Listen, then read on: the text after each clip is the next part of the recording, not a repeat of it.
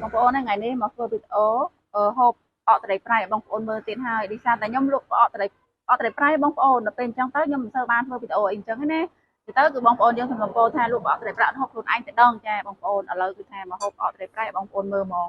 ចានេះបងប្អូនអូយឆ្ងាញ់ខ្លាំងមែនតើ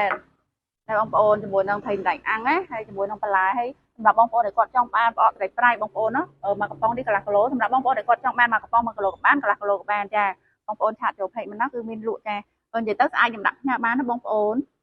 ដោយសារជុំអញ្ចឹងគឺខ្ញុំផ្អាកលក់ពីថ្ងៃអញ្ចឹងណានិយាយទៅមួយដៃអញ្ចឹងបានឆ្ងាញ់បងប្អូនហើយអូជាតិមែនតែនហ្មងឆ្ងាញ់ខ្លាំងបងប្អូន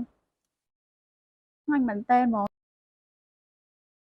ទោះបីមានម្ហូបអីក៏ដោយបងប្អូនខ្ញុំអត់ចោលទេផ្អកត្រីប្រៃគឺថាឆ្ងាញ់ខ្លាំងមែនតែនហ្មងបងប្អូនហើយឆ្ងាញ់ខ្លាំងថ្ងៃនេះគឺស្ងោរជ្រក់នេះ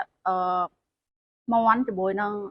នេះទៅយកចេកប៉ុន្តែដោយសារតែខ្ញុំដូចដឹងស្រាប់ហើយគឺថាអត់ដាច់ចោលទេផ្អកត្រីប្រៃចាគឺហូបរាល់ថ្ងៃហ្មងមានម្ហូបអីក៏ដោយក៏ត្រូវមានផ្អកត្រីប្រៃដាក់ជាមួយដែរអូយឆ្ងាញ់ណាស់បងប្អូនហើយអាចកំងបាន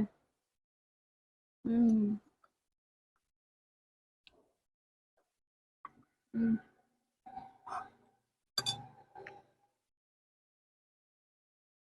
ថៃដាច់អាំងបងប្អូនថៃដាច់អាំងជាមួយផ្អកត្រីប្រៃនិយាយថាត្រូវគ្នាមែនតើហ្មង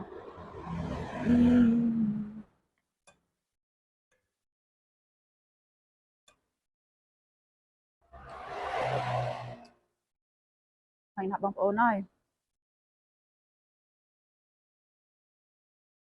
ជាប់ម្ទេស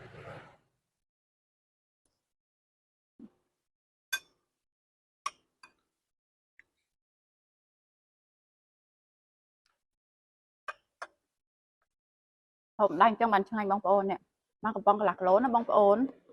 សម្រាប់បងប្អូនដែលចង់បាន1គីឡូក៏បានកន្លះក៏បានហើយយកទៅយក5គីឡូ10គីឡូគឺមានលក់អញ្ចឹងណាបងប្អូនប្រភេទផ្អកត្រីប្រៃត្រីស្រែធម្មជាតិអញ្ចឹងណានិយាយថារសជាតិបងប្អូនធានាជូនឆ្ងាញ់ខ្លាំងមែនតើនិយាយទៅផ្អកត្រីប្រៃខាងសាលាទី5ខាងកំពង់ឆ្នាំងគឺល្បីតាំងពីយូរមកហើយបងប្អូនល្បីថានិយាយទៅរសជាតិខុសពីគេអញ្ចឹងណាបងប្អូន